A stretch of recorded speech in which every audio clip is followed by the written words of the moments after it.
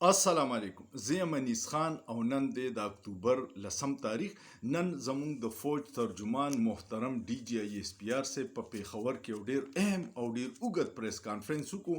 ډیر زیات موضوعات یې پکې ډسکس کړل. تاسو به هغه کتلي وي، نه مو یې کتلي وی ګورئ. زه پکې په هغې پریس کانفرنس کې ټوټل 3 پوینټونو باندې خبره کول غواړم چې ستاسو یو خو د تاریخ نه خبر شئ، یو تاریخي واقعه به درته پکې وایم، څه حقیقتونه به ورته وایم، او یو د دوی د پریس کانفرنس لوباب دا و چې اپریشن ډیر ضروري دی او دلته کې چې کوم دی مذاکرات یا دا خبره نه ده پکار. دویمه پکې دا وکړه چې دلته سیاسي سپورټ دی د دغه خلکو سره، او څلورمه دا وکړه چې د گورننس فیلیر دی. نو په دې وجه باندې دی یو خدا هغوی په خپل پریس کانفرنس کې دا وویل چې په 2024 کې 14,535 اپریشن مونږ کړي. دا چې حساب کې نو د ورځې 40 اپریشن جوړیږي. نو چې په 2024 کې 14,535 اپریشنونه شوي دي او د 2024 نه 2025 بدترین دی د دهشتګردۍ نه. د دې دا مطلب دی چې 14,535 اپریشنونه هم امن را نوستو. نو دا یو ډیر اهم پوینټ دی، ځکه خلک وایي چې مذاکراتو له موقع ورکړي. دویمه خبره دا ده چې اسرائیل او فلسطین غزا کې حماس او امریکا اوس مذاکرات وکړو، خو اول په غزا کې 60,000 فلسطینیان شهید شو او 90% انفراسترکچر تباه شو. نو د جنگ نه پس بیام په ټیبل کې ناست او مذاکرات یو کو مسله حل کړه. کو اسرائیل او حماس دا مخکې کړی وي نو 60,000 فلسطینیان به نو شهیدان شوي او غزه به 90% نه ډسټرای شوي. بل د امریکې او د طالبانو په منځ کې 60 کاله جنگ شوی. په 60 کاله جنگ کې وار آن ټیرر ورته وي، او ډیکټیټر جنرال مشرف پکې پاکستان ور شامل کړی د خپل اقتدار د پاره، د ډالرو د پاره. هغه جنگ کې زموږ د حکومت او د فوج د اعداد و شمار دي چې 85,000 سیویلین او سیکیورټي فورسز کسان پکې شهیدان شوي او 100 ارب ډالر پکې نقصان شوی.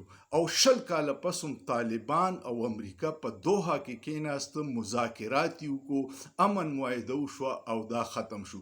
کو امریکې او طالبانو 60 کاله مخکې دا معاهده کړې وي نو د پاکستان به 85,000 خلک او سیکیورټي فورسز نه شهیدان کېده، 100 ارب ډالر به د پاکستان نقصان نه کېدو، په لکونو افغانان به نه شهیدان کېده. نو مذاکراتو دا اهمیت دی. دویمه خبره پکې دا ده چې آرمی چیف ډي جي آی ایس پی آر صاحب محترم 2 پیرې پکې د اے پی ایس سکول د سانحې خبر وکړه. آرمی پبلک سکول باندې واقع شوی، ډیر د افسوس واقعه وه. ای کې د پیښور بچی شهیدان شوي او دا واړه کفنونه ډیر دراني. خو د هغې ترجمان چې احسان الله احسان کم چې اعتراف کړی چې دا مونږه کړی دی، او هغه بیا سیکیورټي فورسز گرفتار کړی او بریګیډیر ریټایرډ محمود شاه وایي چې هغه بیا سیکیورټي فورسز پرېښودو، نن سبا په ترکي کې ژوند تیری. نو دغه خلکو په ذهن کې سوال دی چې کم د اے پی ایس ذموارو احسان الله احسان هغه دومره په اسانتیا سره ولې لاړو. بل د حکومت د ناکامۍ ذکر دی. نو لازما ډیر نااهلي به حکومتونه پرفیکټ نشي کېدی، خو د خیبر پښتونخوا 2.5 بارډر د افغانستان سره پیلاو دی او افغانستان تیر د 45 سال راسي د جنگونو میدان دی، او زموږ ریاستي ادارو د جنرال ضیا په قیادت کې د امریکې جنگ د ډالرو د پاره د روس خلاف په افغانستان کې کړیو. نو هغه چې زموږ صوبه دهشتګردۍ شکار ده د هغې نه ده وتې. خو په دې کې علي امین ګنډاپور وزیر اعلی صاحب یو ورځ پریس کانفرنس کړی چې زموږ پولیس کله دا دهشتګرد ونیسي نو ایجنسو والا راشي او رانه اخلاص کی چې دا زموږ خلک دي. نو هغه وی چې ګډ طالبان او بیٹ طالبان دا ډرامه دی ختم شي، په ریکارډ باندې دي. بلکې تاسو ته خیال یادي سموده مخکې په لکی مروت کې پوره ډیسټریکټ پولیس احتجاج کړو، روډونه بند کړو او دا یو مطالبه وا چې مونږ پولیس امن قائمولی شو، خو دلته نه د سکیورټي فورسز زوزي ځکه چې مونږ خلکونی سو ارانه دوی ازادي. نو دا څه د ریکارډ خبرې ما چې تاسو سره وکم. نو امن اسرائیل او حماس چې 15,000 خلک شهیدان کړل، اوس امن ته کېناسته. امریکا او طالبان چې په لکونو شهیدان کړل په دوحه کې امن مذاکرات کوونکو، دا دوی مخکې د عقل نه کار اخیستی وي، نو دا نقصان به نه و شوی. بل درته یو تاریخي واقع ووایم چې د طالبان مخکې نوم چې و نو هغه مجاهدینو، او دا مجاهدین چا جوړ کړي؟ دا زموږ سکیورټي فورسز جوړ کړي. کله چې په افغانستان کې روس راغی، امریکای او د روس جنگو، ډیکټیټر ضیاء الحق آئین مات کړی و، په ملک کې قبضه کړې وه، مارشل لا یې لګولې و، د هغه ناجایز حکومت و، هغه ته سپورټ پکار و، او امریکای ته د روس خلاف د کرای خلک پکار و. نو د ډالرو دپاره مونږ دا جنګ کړی، دلته نه مو پښتانه مجاهدین په شکل کې برتي کړي، ټریننګ کیمپونه مو جوړ کړي. او کرنل امام یو سړی و، هغه انټرویوګانې په دې یوټیوب پرتی دي، تاسو یې وګورئ. هغه خپل اعتراف کړی چې 90,000 مجاهدین ما ټرین کړي په کیمپونو کې. دغه چې بیا په جنیوا کې معاهده وشوه، روس د کابل نه لاړو، نو دغه مجاهدین چې به ورته د دوی سره ټریننګ و، ټوپک و، ګرنیټ و، میزایل و، د هغوی بیا پته نه لګېده، بیا ګروپونه شو، په خپلو کې جنګېدو شو، او د هغې اثرات زموږ په علاقه شو. او د طالبان چې دي دا د هغې مجاهدینو یو نوی شکل دی.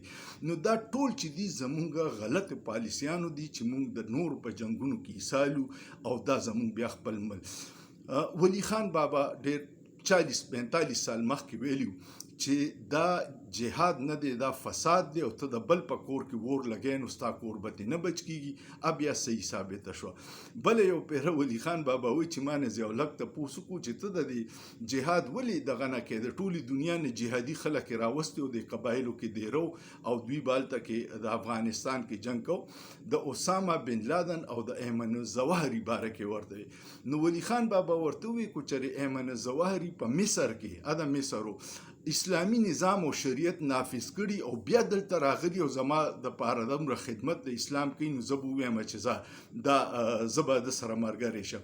یا اسامه بن لادن کو په سعودي عرب کې اسلامي نظام نافذ کړي، او بیا دلته زما دپاره راغلي او جهاد کوي، نو خو خپل ملکونو کې خو دوی د یرې تللی نه شي، او زما داسې د ماما بچي دي چې زما دپاره جهاد کوي.